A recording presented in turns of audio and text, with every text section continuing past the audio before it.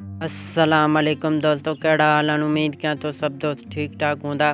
दोस्तों अॼु हिन वीडियो मां तव्हांखे पत्थर दुनिया ड्रामे जो अदाकार एहसान उर्फ दरवेश जे बारे में कहाणी ॿुधाइण वारो आहियां। त दोस्तों पत्थर दुनिया ड्रामे जो अदाकार एहसान जो असुल कहाणी छा आहे, मां तव्हांखे हिन वीडियो में ॿुधाइण वारो आहियां।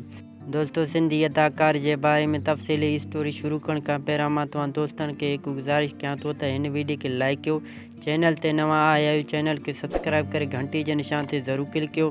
तव्हांजे हिकु सब्सक्राइब करण सां तव्हांजो को बि ख़र्चु न थींदो। तव्हांजे हिकु सब्सक्राइब करण सां असांजी काफ़ी हौसला अफ़ज़ाई थींदी। दोस्तों पत्थर दुनिया ड्रामे जो अदाकार एहसान उर्फ दरवेश जो असुली नालो अब्दुल सत्तार अबड़ो आहे। अब्दुल सत्तार अबड़ो लाणकाणे ज़िले में पैदा थियो। फ़न जी शुरूआति स्टेज ड्रामनि खां कई। जॾहिं KTN चैनल आयो त हिन अज़ीज़ सांगी उर्फ कानू करदमा जे ड्रामे पत्थर दुनिया में हिन एहसान तौरु किरदारु अदा कयो। ड्रामे में पुट जे फौत थियण बैदि हिन अॻिते हली पागल शख़्स तौरु किरदारु अदा करणो पइजी वियो। दोस्तों एहसान यानी अब्दुल सत्तार अबड़ो पत्थर दुनिया ड्रामे जो किरदारु तमामु मशहूरु हुयो। पत्थर दुनिया ड्रामे में हिन 300 क़िस्त ताईं किरदारु अदा कयो।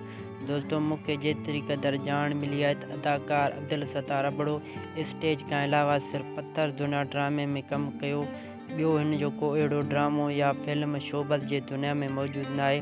दोस्तों अब्दुल सत्तार अबड़ो उर्फ पत्थर दुनिया ड्रामे जो दरवेश एहसान या चरियो एहसान हिन वक़्तु लाणकाणे में रहंदो आहे। आर्ट काउंसिल लाणकाणे में कमु कंदो आहे। पत्थर दुनिया ड्रामे बैदि हिन वक़्तु ताईं अब्दुल सत्तार अबड़ो उर्फ चरियो एहसान सिंधी शोबिज़ खां पासीरो थी ज़िंदगी गुज़ारे रहियो आहे।